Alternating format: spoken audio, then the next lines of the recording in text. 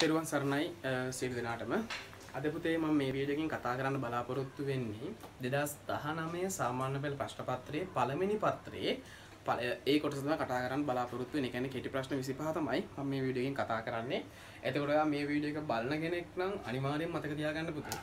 ඔයා මේ ප්‍රශ්න පත්‍රයට උත්තර ලියන්න. ඔයා උත්සාහයක් දරලා ඉන්න. ඒ දරලා තමන් ලියපු උත්තර පත්‍රයත් එක්ක රතු පෑනක් අතර තියාගෙන මේක සාකච්ඡා කරන්න. එතකොට තමයි මේකේ උපරිම ප්‍රයෝජනය ගන්න පුළුවන් වෙන්නේ. හරි.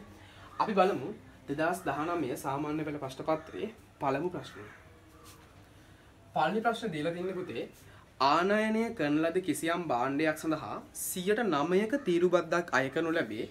මෙම භාණ්ඩයේ වටිනාකම රුපියල් 6000ක් නම් ගෙවිය යුතු තීරුබදු මුදල අහන්නේ. එතකොට තීරුබද්දක් අහන්නේ. එහෙනම් අපිට තීරුබද්ද කියන එක නා ගන්න පුළුවන්. ඒ භාණ්ඩයේ ආනයනික වටිනාකම අපි වැඩි කරනවා තීරුබදු ප්‍රතිශතය. එයා 109ක් අපිට යා ලියන්න පුළුවන් 100න් 9ක් කියලා ලියන්න පුළුවන්. එහෙනම් මෙයා සුළු කරනවා අපි බිංදු දෙකට බිංදු දෙකක් කැපිලා 9 වැඩි කරනවා 60න්. එතකොට අපිට එන උත්තරයක් කීයක් කියලාද? රුපියල් 540ක් කියලා එනවා. රයිට්. ඔන්න අපේ පළවෙනි ප්‍රශ්න උත්තරේ රුපියල් 540 තිබ්බම පාඩ ලකුණු දෙකක් ලැබෙනවා. හරි. ඊළඟ දෙවෙනි ප්‍රශ්න තියෙනවා සාධක වලට වෙන් කරන්න කියලා x වර්ගයේ ධන 3x ඍණ 10. මෙයා සාධක වලට වෙන් කරන්න කියලා කියන්නේ. එතකොට මෙයා සාධක වලට වෙන් කරද්දී අපි මතක් කරොත් මම බලනවා මෙන්න මේ වර්ග පදයේ සහ නියත පදයේ ගුණ කරලා. එතකොට අපිට කවුද එන්නේ? ඍණ 10යි x වර්ගය කියන එක නයි. එතකොට මේ ඍණ 10යි x වර්ගයේ හැදිච්ච විදිහට මම බලනවා. මෙයා හැදෙන්න පුළුවන් පුතේ 5x 2x. එහෙම නැත්නම් x 10x කියන එකෙන් හැදෙන්න පුළුවන්. එතකොට ගුණිතයක් ඍණ වෙනවා කියන්නේ අනිවාර්යයෙන්ම එක්කෙනෙක් ධන වෙලා අනිත් එක්කෙනා ඍණ වෙන්න ඕන. මැද පදේ ධන වෙනවා කියන්නේ ලොකු එක්කෙනා ධන වෙන්න ඕන. එතකොට අපි බලනවා ලොකු එක්කෙනා ධන වෙලා සුළු වෙලා මෙයාගෙන් 3ක් හැදෙන්නේ නැහැ. මෙතනින් තමයි හැදෙන්නේ. එහෙනම් අපිට මෙයාව ලියන්න පුළුවන් මෙන්න මෙහෙම. x වර්ගය ධන 5x ඍණ 2x ඍණ 10යි කියලා ලියන්න පුළුවන්. දැන් මෙයාව සාධක වලට වෙන් කරනවා. කොහොමද වෙන් කරන්නේ? මේ දෙන්නට පොදු සාධකයක් ගන්නවා. ඒ දෙන්නට පොදු සාධකයක්ම ගන්නවා x. එතකොට මෙතනින් ගත්තාම x වර්ගයෙන් x විතර ගත්තාම x ඉතුරු වෙනවා. ධන 5x කෙන් x එකක් ගත්තාම ධන 5ක් ඉතුරු වෙනවා. මේ දෙන්නට පොදු සාධකයක්ම ගන්නවා ඍණ 2 කියන එකේන. එයාගෙන් ඍණ 2ක් ගත්තාම x ඉතුරු වෙනවා. ඍණ 10න් 2ක් ගත්තාම 5ක් ඉතුරු වෙනවා. එහෙනම් අපිට එක සාධකයක් එනවා x ධන 5 අනෙක් සාධකය එනවා x ඍණ 2. එහෙනම් මෙන්න අපේ දෙවෙනි ප්‍රශ්නයට පිළිතුර. අපි ඊට පස්සේ බලමු තුන්වෙනි ප්‍රශ්නය. තුන්වෙනි ප්‍රශ්න තියෙන මෙන්න මෙහෙම එකක්. රූපයේ දිය තොරතුරු අනුව x අගය සොයන්න කියලා කියනවා. එතකොට මේක හරි. තම සරල ගානක්. මෙයා x කියලා දීලා තියෙනවා. මෙයා 100යි කියලා දීලා තියෙනවා. මෙයා x කියලා දීලා තියෙනවා. අපි දන්නවා ත්‍රිකෝණයක අභ්‍යන්තර කෝණයික කියද පුතේ? ත්‍රිකෝණයක අභ්‍යන්තර කෝණයික අංශක 180. එහෙනම් අපිට ලියන්න පුළුවන් x එකතු කිරීම අංශක 100 සමානයි 180යි. එහෙනම් අපිට මෙතනින් එනවා 2x ධන අංශක 100 සමානයි 180ට. එහෙනම් 2x උත්තරයක් ගන්න පුළුවන් 180න් අපි 100ක් අඩු කරනවා. ඒ කියන්නේ 2x සමානයි අංශක 80යි. x උත්තරයක් ගන්න දෙපැත්තම 2කින් බෙදනවා. එහෙනම් අපිට x සමානයි එන උත්තරයක් කීයයි කියලාද? අංශක 40ක් කියලා එනවා. එහෙනම් ප්‍රශ්න අංක 3ට උත්තරයක්ට අංශක 40ක් කියලා ලැබෙනවා. ඔයාලට අවශ්‍ය සිද්ධාන්ත කාරණාවක් තියෙනවා නම් අනිවාර්යෙන් මෙතනදී ඒක සටහන් කරගන්න. ඊට පස්සේ හතරවෙනි ප්‍රශ්න තියෙනවා ලඝු දෙකේ පාදයට a සමානයි 5 බව දී ඇතනම් දෙකෙහි a අගය දෙකෙහි බලයක් විදිහට ලියන්න. කියන්නේ මෙයා දර්ශකාකාරයෙන් අපිට ලියන්න කියලා කියන්නේ. ඒතර අපි දන්නවා ලඝු ගණකාකාරයේ පාදයමයි දර්ශකාකාරයේ පාදය වෙන්නේ. මෙයාම ගෙනාලා මෙතනින් දානවා දෙකේ පස්වෙනි බලය. එහෙනම් දෙකේ පස්වෙනි බලය සමානයි. අපිට ලියන්න පුළුවන් කවුරු කියලාද? a කියලා ලියන්න පුළුවන් පස්වෙනි ගානේ. හතරවෙනි ගානේ. ඊළඟ පස්වෙනි ගානේ තියෙනවා මිනිත්තුවට ලීටර් 60ක ශීඝ්‍රතාවයකින් ජලය ගලා යන නලයකින් ධාරිතාව ලීටර් 420ක් වූ ටැංකියක් පිරවීමට ගතවන කාලය සොයන්න කියලා කියනවා. එතකොට මිනිත්තුවකට ලීටර් 60ක් යන ශීඝ්‍රතාවයක් යන නලයකින් ධාරිතාව ලීටර් 420ක් වූ ටැංකියක් පිරවීමට ගතවන කාලය. මම මේතනදී විවරණයත් එක්ක යන්න පුතේ සිද්ධාන්ත ඔක්කොම මතක් කිරීමක් කරනවා. අපිට පුතේ ශීඝ්‍රතාවයේ අර්ථ දක්වන්නේ ශීඝ්‍රතාවය කියලා කියන්නේ වෙනස් වූ පරිමාව බෙදීම කාලය. ගත වූ කාලය කියන එක. right? වෙනස් වූ පරිමාව බෙදීම ගත වූ කාලය. එතකොට මෙතන අපෙන් අහන්නේ ගත වූ කාලයක්. එතකොට කාලයක් අපිට ගන්න පුළුවන්. කාලය කියන එක්කෙනාව ගන්න පුළුවන්. මෙන්න මේ වෙනස් වූ පරිමාව මොනවා කරලාද? ශීඝ්‍රතාවයෙන් බෙදලා. right? අපිට එතකොට මෙතනදි කියන්නේ කොච්චරක්ද? ධාරිතාව ලීටර් 420ක් වෙච්ච ටැංකියක්. ධාරිතාව ලීටර් 420යි. ශීඝ්‍රතාව කොච්චරක්ද? මිනිත්තුවට ලීටර් 60ක්. අපිට යා ලියන්න පුළුවන් 60යි ලීටර් මිනිත්තුවට කියලා. එතකොට මෙතනින් ලීටර් වලට ලීටර් කැපිලා යනවා. 420 60න් බෙදුවම ඉන්නේ 7යි. මිනිත්තුවට කියන එක කෙනා උඩට ගියාම මිනිත්තු බවට MIN බවට පත් වෙනවා. ඒ කියන්නේ අපිට උත්තරයක් එනවා මිනිත්තු 7ක් කියලා එනවා. ඊළඟ 6 වෙනි ප්‍රශ්නේ. 6 වෙනි ප්‍රශ්නේ කියනවා අපිට මෙන්න මෙහෙම. රූපයේ දැක්වෙන වෘත්තය මත ABCD ලක්ෂ පිහිටා ඇත. මෙන්න එහෙම රූපයක් දීලා අපිට කියනවා ABCD ලක්ෂ පිහිටා ඇත කියලා. මෙතන B C A D. මෙයා 100යි කියලා කියනවා. මෙයා අංශක 30යි කියලා කියනවා. අපිට කියනවා x අගය සොයන්න කියලා කියනවා. right. ආයි බලමු x අගය සොයන්නේ කොහොමද කියලා. දැන් මෙයා 50යි නම් පුතේ. sorry. ඔව්. මෙතන 30යි නම් මෙයා 30යි නම් මෙයා මෙතන දීලා දෙන අපිට කීයයි කියලා? මෙතන දීලා දෙනවා 100යි කියලා දීලා දෙනවා. right. එතකොට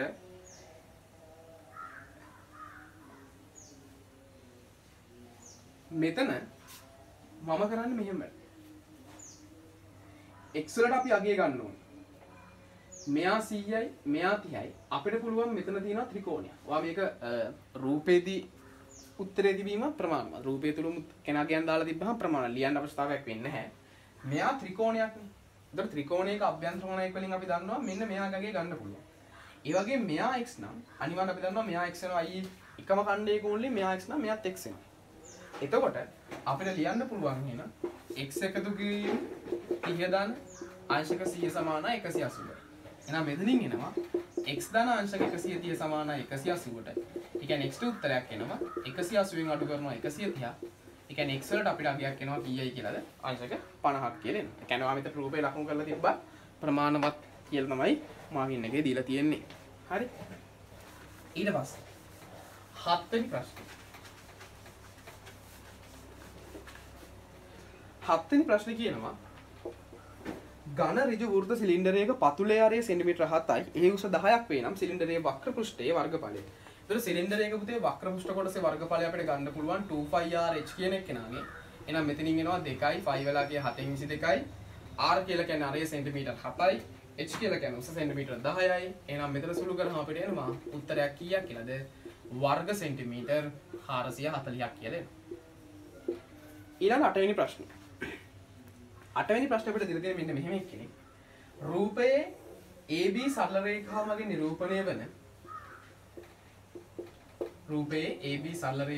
නිරූපණය වන සමීකරණ සරල රේඛාවේ අනුක්‍රමණය සොයන්න කියලා කියනවා. right? එතන මෙන්න මෙයාගේ අනුක්‍රමණය වෙන්නේ කියලා කියනවා. එතකොට අපි දන්නවා පුතේ අනුක්‍රමණය අපි කියන්නේ අපිට සරල රේඛාවක අනුක්‍රමණය අපිට ගන්න පුළුවන් y කණ්ඩාංක වෙනස බෙදීම x කණ්ඩාංක වෙනස. ඒ කියන්නේ සරල රේඛාව මත ලක්ෂ දෙකක් දීලා තිබ්බොත් එයාගේ y කණ්ඩාංක වෙනසින් x කණ්ඩාංක වෙනස බෙදලා අපිට ගන්න පුළුවන්. අපි මේ සරල රේඛාව මත ලක්ෂ දෙකක් තෝරගන්නවා. කැමති ලක්ෂ දෙකක්. මම මෙයයි මේ තෝරගත්ත කියලා දැන්. මම මෙන්න මේ ලක්ෂය තෝරනවා. එතකොට මෙතන කණ්ඩාංක වෙන්නේ කවුද? 2,6. මෙයයි කණ්ඩාංක වෙන්නේ 1,4. එතකොට මෙයාගේ අනුක්‍රමණයට ගන්න පුළුවන් y කණ්ඩාංක වෙනස. මම y1 වෙන y2 කියලා දැම්මොත් මෙතනින් මම ගන්න ඕනේ x1 වෙන x2. එතකොට මෙතන y කණ්ඩාංකය 6යි මෙතන y කණ්ඩාංකය 4යි 6න් අඩු කරා 4ක් මෙතන x කණ්ඩාංකය 2යි එයාගෙන් අඩු කරනවා මෙතන x කණ්ඩාංකය 1යි 6න් 4ක් අඩු කරා 2යි 2න් එකක් අඩු කරා 1යි ඒ කියන්නේ මෙයාගේ අනුක්‍රමණය අපිට එනවා කීයයි කියලාද 2යි කියලා එන්නේ right ඊළඟ අපේ 9 වෙනි ගාන. එතකොට 9 වෙනි ගානේ තියෙන මෙන්න මෙහෙම එක්කනේ 9 වෙනි ගානේ තියෙනවා ax බෙදීම 2 බෙදීම 3යි යට 4යි x. මතක තියාගන්න පුතේ අපි භාග බීජීය භාග බෙදීමකදී කරන්නේ තර භාග බෙදද්දි කරන සිද්ධාන්තයමයි. මොකද්ද භාග බෙදද්දි අපි කරන්නේ? දෙවෙනි එක්කෙනාගේ පරස්පරය අරන් ගුණ කරන්න ඕනේ. එතකොට පළවෙනි එක්කෙනා මම ලිව්වොත් ax යට 2යි බෙදීම ගුණ කිරීමක් කරා 3යි බෙදීම 4යි x කියන එක්කෙනාගේ පරස්පරය ගත්තාම එයා උඩට මාරු වෙනවා 4යි x යට 3යි කියන. දැන් මෙයා සුළු කරනවා. a ට a කැපෙනවා. මෙතනින් 2ට 2 1යි 4ට 2 2යි කියලා කැපෙනවා. එහෙනම් මෙතනින් එනවා 2යි x වැඩි කිරීම x කියන්නේ x වර්ගයක් යටින් එනවා 3ක් කියන්නේ උත්තරේ එනවා අපිට කීයක් කියලාද 2x වර්ගයට 3ක් කියලා. ඊළඟට බලමු 10 වෙනි ප්‍රශ්නේ අපේ. 10 වෙනි ප්‍රශ්නේ තියෙන මෙන්න මෙහෙම කෙනෙක්. මෙතන D, මෙතන E, මෙතන A, මෙතන C, මෙතන B, මෙතන F. මෙයා 50යි. මෙයා 90. අපිට කියනවා දියති රූපයේ ABC ඍජුකෝණික ත්‍රිකෝණේ CB පාදයේ EF තෙක් දික් කර AB හා CD හි මධ්‍ය ලක්ෂ බිඳුව E හා D වේ කියලා කියනවා. DEB අංශක 50ක් නම් EBF කියන එක්කෙනාගේ විශාලත්වය අහන්නේ. EBF කියලා කියන්නේ මෙන්න මෙයාගේ විශාලත්වය අහන්නේ. ඒතර අපි දන්නවා මේ තියෙන පුතේ මෙතන ත්‍රිකෝණයක පාද දෙකක මධ්‍ය ලක්ෂ යා කරන රේඛාව. අපි කියන අනිවාර්යයෙන් මෙයාට මොකද වෙන්නේ? සමාන්තරයි. ඒතර සමාන්තර වුණාම සමාන්තර රේඛාවක් තීරයක් කරනවා. මෙතන 90යි නම් මෙතන අනිවාර්යයෙන්ම කීයක් වෙන්න ඕනේද? 90ක් වෙන්න ඕනේ. ඊට පස්සේ මෙතන තියෙනවා ත්‍රිකෝණයක්. එයාගේ පාදයක් දික් කරන බාහිර කෝණ තමයි අපෙන් අහන්නේ. ඒ කියන්නේ EBF තමයි අපෙන් අහන්නේ. ඒතර අපිට EBF උත්තරයක් ගන්න පුළුවන්. අපි දන්නවා ත්‍රිකෝණයක පාදයක් දික් කරාම මෙතන බාහිර කෝණේ අභ්‍යන්තර ප්‍රතිවිරුද්ධ කෝණ දෙක තුන සමානයි. ඒතර මෙයා 90යි. මෙයා 50යි. ඒ කියන්නේ අපිට EBF ගන්න පුළුවන් කීයයි කියලාද? අංශක 140ක් කියලා ගන්න පුළුවන්. right? ඊළඟ 11 වෙනි ප්‍රශ්නේ. 11 වෙනි ප්‍රශ්නේ දෙනවා 2x වර්ග ඍණාට සමානයි බිඳුව විසඳන්න කියලා කියනවා. එතන මෙයා විසඳන්නේ කොහොමදයි බලන්න. right? එතන මෙයා විසඳද්දී අපි කරන්නේ මෙයාගෙන් එළියට ගන්නවා 2ක්. 2x වර්ගයෙන් 2ක් ගත්තාම x වර්ගයේ ඍණ 4 සමානයි බිඳුවයි. right?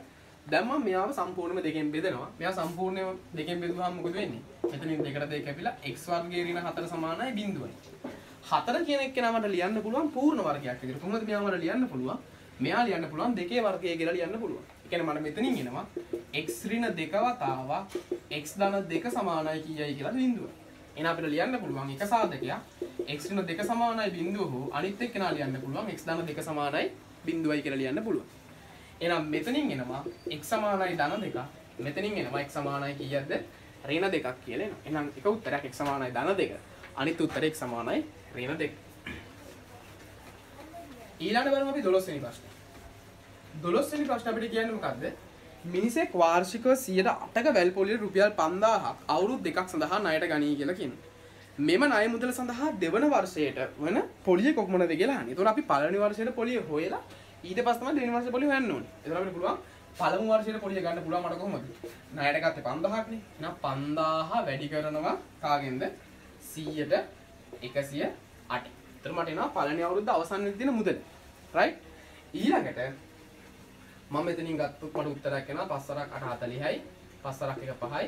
එතකොට මෙතනින් එනවා පළමු අවුරුද්ද අවසන්වේදී කොච්චරක් තියෙනවද? 5400ක්. ඕකට තමයි දෙවෙනි අවුරුද්දේ පොලිය දෙන්නේ. දෙවෙනි අවුරුද්දේ පොලිය දෙන්නේ මෙන්න මේ 5400 තමයි. එයා වැඩි කරනවා 100ට 8.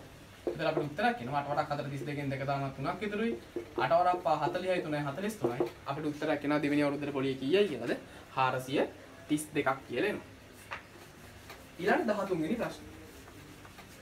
13 වෙනි ප්‍රශ්න තියෙන මෙන්න මෙහෙම එක්කෙනෙක්. මෙයා 70යි. මෙයා 120යි. මෙයා x. මෙයා y. මෙයා b. මෙයා y.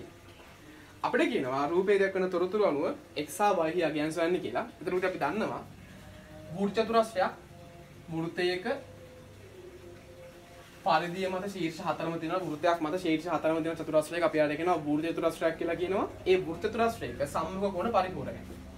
ඒ කියන්නේ මේ සම්මුඛ කෝණ දෙක එකතුව 180ක් වෙන්නවා. y ධන 120 සමානයි 180. ඒ කියන්නේ අපිට y ට උත්තරයක් ගන්න පුළුවන්. 180 වෙන අඩු කරනවා 120ක්. y ට එන උත්තරයක් අපිට කීයයි කියලාද 60යි. ඊළඟට අපි දන්නවා කාරණාවක් මේ වෘත්ත චතුරස්‍රයක පාදයක් දික් කරාම දෙන බාහිර කෝණය අභ්‍යන්තර ප්‍රතිවිරුද්ධ කෝණයට සමානයි. ඒ කියන්නේ x වලගේ අපිට ලියන්න පුළුවන් x සමාන අංශක කීයයි කියලාද 70යි කියලා ලියන්න පුළුවන්. ඒ අපේ 13 වෙනි ප්‍රශ්නේ. ඊළඟ බලන්න 14 වෙනි ප්‍රශ්නේ.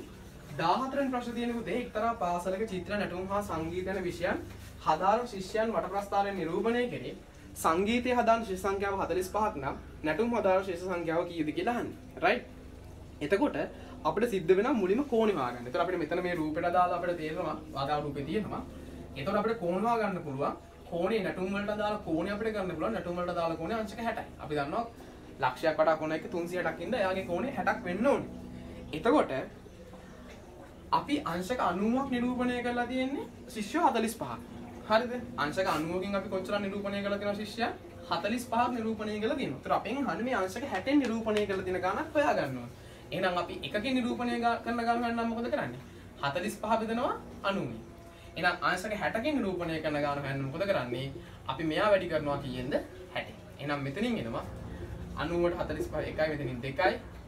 right? එතකොට මෙතනින් එනවා 30. ඒ කියන්නේ අපිට එනවා ශිෂ්‍යයන් සංඛ්‍යාව කීයක් කියලාද? ශිෂ්‍යයන් සංඛ්‍යාව 30ක් කියලා එනවා. ඊළඟ 15 වෙනි ප්‍රශ්න. 15 වෙනි ප්‍රශ්න අපිට කියනවා 9 27 81 යන ගුණෝත්තර ශ්‍රේණියේ 6 වෙනි පදය තුනෙහි බලයක් විදිහට දක්වන්න. එතකොට 9 27 81 කියන ශ්‍රේණියේ 6 වෙනි බලය. right? 6 වෙනි පදේ අපෙන් අහනවා අපි දන්නවා tn සමානයි arn එක සූත්‍රේ. අපෙන් අහන්නේ 6 වෙනි පදේ. a කියන්නේ පළමු පදේ 9යි. r කියලා කියන්නේ පොදු අනුපාත 3යි. පොදු අනුපාත ගන්නේ මුල් පදේ නොවන ඕනෑම පදයක් ඊට කලින් පදයෙන් බෙදන්න. 27 බෙදනවා මම 9 27 9 බෙදුවා මෙන්න මට කියේ 3යි. එහෙනම් 3යි. r වලට දාන්නේ 6 රින 1. n වලට දාන්නේ 6 රින 1. එහෙනම් මෙතන මම 3 බලයක් විදිහට ලියන්න ගමන් 9 ලියා ගන්නවා 3 බලයක් විදිහට. 9 ලියන්න පුළුවන් 3 දෙවෙනි බලය. මෙතනින් එනවා 3 පස්වෙනි බලය. පාද සමාන බල ගුණිතයක් තියෙනවා. ඒතර පාද සමාන බල ගුණිතයක් තිබ්බොත් අයි මොකද කරන්නේ? පාදයේ තියාගෙන බල දෙක එකතු කරනවා. අපිට එන 6 වෙනි පදේ ලියන්න පුළුවන් 3 7 වෙනි බලය කියලා ලියන්න පුළුවන්. right? ඊට පස්සේ 16 වෙනි ප්‍රශ්න බලන්න. 16 වෙනි ප්‍රශ්න කියන්නේ හරි වැරදි ලකුණු කරන්න කියලා කියන්නේ. රූපේ දියත්තේ ABCD සමාන්තරාශ්‍රයේකී වගුවේ දක්වන එකේ ප්‍රකාශය වැරදි නම් හරි ලකුණක් වැරදි නම් වැරදි ලකුණක් දාන්න. ABD ත්‍රිකෝණයේ වර්ගඵලය ABCD සමාන්තරාශ්‍රය වර්ගඵලයෙන් භාගයක් කියලා කියනවා. මේ කතාව හරි. අපි දන්නවා එකම සමාන්තර රේඛා යුගලක් අතර එකම ආධාරයක සැදෙන ත්‍රිකෝණයක වර්ගඵලයේ සමාන්තරාශ්‍රය වර්ගඵලයෙන් භාගයක්. ඒ කතාව හරි. DB විකර්ණය ADC සමච්ඡේදනය කරනවා කියලා කියනවා. පුතේ මේ කතාව වැරදි. සමාන්තරාශ්‍රය කවමදාවත් විකර්ණයක් මගින් සමච්ඡේදනය කරන්නේ ඍජු කෝණාශ්‍රය සමරාශ්‍රයක් වගේ නම් සමච්ඡේදනය වෙනවා. නමුත් සමාන්තරාශ්‍රයක කතාව අපිට නිවැරදි විදිහට දෙන්න බාර ගන්න බෑ. ඊට පස්සේ 17 වෙනි ප්‍රශ්නේ. 17 වෙනි ප්‍රශ්නේ 3x වර්ග 6xy 2y. මේගොල්ලන් කුඩා පොදු ගුණාකාරය අහන්නේ. ඒතර මම ලියන්න පුළුවන් 3x වර්ගය ලියන්න පුළුවන් 3 වැඩි කිරීම x වැඩි කිරීම x කියලා.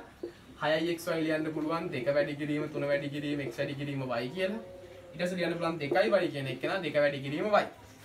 එතකොට අපි ගත්තොත් මෙතනදී ඉන්න කට්ටිය ගමු. කුඩා පොදු ගුණාකාරය ගන්නනේ. මෙතන ඉන්නවා 3ම 1යි x 2යි. මෙතන 2ම 1යි 3ම 1යි x1යි y1යි. මෙතන 2ම 1යි y1යි. මම එහෙනම් කුඩා පොදු අරගත්තී මේ හැම එක්කෙනාගේම තියෙන වැඩිම බලය ගන්නයි. මෙතනින් මම 2 ගන්නවා 2 පළවෙනි බලය. 3 ගත්තොත් 3 පළවෙනි බලය. x ගත්තොත් x දෙවෙනි බලය. y ගත්තොත් y ගේ පළවෙනි බලය. එහෙනම් මෙතනින් එනවා මට කීයයි කියලාද? 6යි x වර්ග y කියලා උත්තරයක් එනවා. ඊළඟ 18. 18 වෙනි ගාන කියන්නේ මෙහෙම කතාවක්. ඒකේ දෙනවා මෙන්න මෙහෙම රූපයක්. right? මෙයා O, මෙයා C, මෙයා X, මෙයා B, මෙයා 55. කොහොමද දිලා කියන්නේ? අපෙන් අහනවා රූපේ දක්වන තොරතුරු අනුව x වල අගය සොයන්න කියලා කියන්නේ. එතකොට මෙයා පුතේ කේන්ද්‍රේ නෙවුම් කියලා කියන්නේ කේන්ද්‍රය. එතකොට අපි දන්නවා මේ අරයන් මොකද වෙන්නේ සමානයි. ඒ කියන්නේ මෙයා 55යි නම් මෙයා කීයක් වෙනවද? 55යි. අයියේ සමදීපා ත්‍රිකෝණ ප්‍රමේය. ත්‍රිකෝණයක පාද දෙකක් සමානයි නම් ඒ සමාන පාද වල සම්මුඛ කෝණ සමානයි. එතකොට මෙයා ත්‍රිකෝණයක් නිසා ත්‍රිකෝණයක අභ්‍යන්තර කෝණයක අංශක 180යි. මේ රූපي දත්ත දක්වලා තිබ්බහම ප්‍රමාණවත්. හරි? එතකොට මම මෙතන ගත්තොත් මෙතනින් 55යි 110යි. එතකොට මට මෙතන මෙයා ගන්න පුළුවන් කීයයි කියලාද? 70යි. ත්‍රිකෝණයක අභ්‍යන්තර කෝණයක 180ක් නේද 70යි. එතකොට අපි දන්නවා මේ තාප කොටසක් මගින් කේන්ද්‍රය ආපාතනය කරන කෝණය පරිධි ආපාතනය කරන කෝණය වගේ දෙගුණයක්. ඒ කියන්නේ 2x කියන එක කියන අංශක 70ට සමානයි. ඒ කියන්නේ x වලදී අපිට ගන්න පුළුවන් කීයයි කියලාද? x සමානයි අංශක 35යි කියලා කියන්න පුළුවන්. ඊළඟ 19 වෙනි ප්‍රශ්න. 19 වෙනි ප්‍රශ්න තියෙන්නේ මෙන්න මෙහෙම තියෙනවා b කියලා ගොඩනැගිල්ල. මෙතන a තියෙනවා. right? මෙතන d තියෙනවා. මෙයා 58යි. මෙයා 42යි. හරි. අපිට මේ දත්ත ලකුණු කරන්න කියලා කියන්නේ. right. බලමු අපි. සමතල විමුඛ පිහිටි AB සිරස් සහ CD කණු දෙකක් මෙහෙම තියෙනවා. D වලින් ඉඳන් නිරීක්ෂණය කරන මෙන්න S මට්ටම B වල ආරෝහණ කරන S මට්ටමෙන් ඉහළටම එන එක්කෙනා එයා 42ක් කියලා කියනවා. අවරෝහණ කෝණය 58ක් කියලා කියනවා. මෙන්න මෙහෙම තමයි අපේ කතාව කියන්නේ. right? මෙතනතුරු ලකුණු කරාම ওই ටික ප්‍රමාණවත්. ඊළඟ 20. 20 කියන්නේ මොකද්ද? මල්ලක සරසම වීදුරු බෝල 35ක් අඩංගු වේ. ඒ වයින් කිසියම් සංඛ්‍යාවක් සුදු පැහැති වන අතර ඉතිරි ඒවා කළු පැහැති වේ. මෙම මල්ලෙන් අහඹ ලෙස ගනු ලබන වීදුරු බෝලයක් කළු පැහැති එකක් මේ සම්භාවිතාව 7න් 5ක් නම් කළු පැහැති වීදුරු බෝල කීයක් තිබේද කියලා අහනවා. ඔක්කොම බෝල 35ක් තිබ්බා. ඒ 35න් 7න් 5ක් මොකද වෙන්නේ කළු බෝල. එහෙනම් අපිට උත්තරයක් ගන්න පුළුවන් කීයයි කියලාද? කළු බෝල කීයක් තියෙනවා කියලාද? 25. මුළු බෝල සංඛ්‍යාවෙන් 7න් 5ක් කළු බෝල. එහෙනම් ඒ ටික කීයක්ද? 25යි. ඊ අපේ 20 වෙනි ගාන. right? ඊළඟ 21. සුදුසු ජ්‍යාමිතික පද භාවිතා කර පහද දී ඇති ප්‍රකාශයේ හිස්තැන් පුරවන්න කියලා කියනවා. වෘත්තයක කේන්ද්‍රය එම වෘත්තයේ ජායක මොකද කරන්නේ? මධ්‍ය ලක්ෂයට යා කරන රේඛාව එම සරල රේඛාවට මොකද වෙන්නේ? ලම්බ වෙනවා කියලා කියනවා. right? හරි? එහෙනම් පළවෙනි ස්ථානයේ එන මධ්‍ය ලක්ෂය කියන එක ඊළඟ ස්ථානයේ එනවනේ මොකද්ද? ලම්බ වේ කියන වචනේ එන්න ඕනේ. ඊළඟ 22. 22 තියෙනවා 3 1 ඍණ 1 2 මෙතනින් තියෙනවා 2 ඍණ 1 ඍණ 1 1 සමානයි 5යි x ඍණ 4යි 3යි. ඔහොම තියෙනවා. නම් x යගේ සොයන්න කියලා කියන්නේ. right. ඒතර පුතේ x යගේ කියන්නේ බලන්න මෙතන එක්කෙනා විතර අපි මේ සම්පූර්ණ මුළු න්‍යාසෙම ගුණ කරන්න යන්න ඕනේ නැහැ. මෙතන එක්කෙනා එන්න ඕනේ. එයා එන්න ඕනේ මෙයයි ගුණ කරලා. right. ඒතර අපිට ලියන්න පුළුවන් 3යි 1යි කියන පේලිය ඍණ 1යි 1යි කියන තීරයෙන් ගුණ කරනවා. 3 වරක් ඍණ 1 ඍණ 3යි 1 වරක් 1 1යි. එහෙනම් මෙතනින් එන්නේ ඍණ 2ක්. ඒ කියන්නේ x වලගේ අපිට ගන්න පුළුවන් කීයයි කියලාද? ඍණ 2යි කියලා ගන්න පුළුවන්. right. ඒතර සම්පූර්ණ න්‍යාසය මම එතනදී ගුණ කිරීමක් කරේ නෑ. 23. දී ඇති මෙන් රූපේ නිරූපණ සිසුන් කණ්ඩායම අතරින් ගණිතයේ විෂය කැමති සිසුන් ඒ කුලකයමකින්ද මෙන්න මෙහෙම ඒ කුලකයක් දක්වලා තියෙනවා ගණිතයේ විෂය කැමති කට්ටිය කියලා. මෙතන ඒ කියන්නේ ගණිතයේ විෂය කැමති කට්ටිය.